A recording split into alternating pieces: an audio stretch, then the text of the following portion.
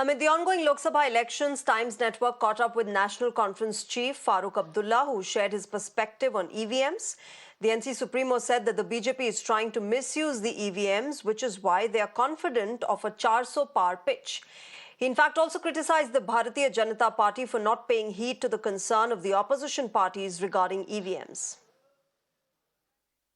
अमित शाह से जब कल हमारी एडिटर इन चीफ ने सवाल पूछा तो उन्होंने कहा कि ये अपोजिशन वाले जब इनको लगता है हम हारने लगे तो ये ईवीएम का बहाना ले आते हैं।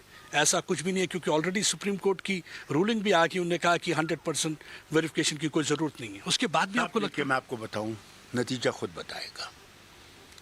अब आप सूरत का देखिए हाल। सूरत में रिजेक्ट कर देते हैं न सिर्फ कैंडिडेट को और जो उनका स्टैंड बाय कैंडिडेट था उसको भी। क्या दिखाता है ये, बताइए मुझे। अगर ये सचमुच ईमानदार इलेक्शन चाहते थे तो ये चीज़ होनी नहीं चाहिए थी। क्योंकि और अपनी रियासत में जहाँ के दोनों प्राइम मिनिस्टर और होम मिनिस्टर गुजरात से हैं, जब ये हुआ तो हम लोगों को सबको शक लगने लगा कि भाई ये तो ईमानदारी का इलेक्शन मेरे ख्याल से लड़ेंगे नहीं। आपको लगता है ईवीएम में गड़बड़ है? हम लोगों ने जब ईवीएम आया था 97-98 में, तो ये ईवीएम मैं चीफ मिनिस्टर था।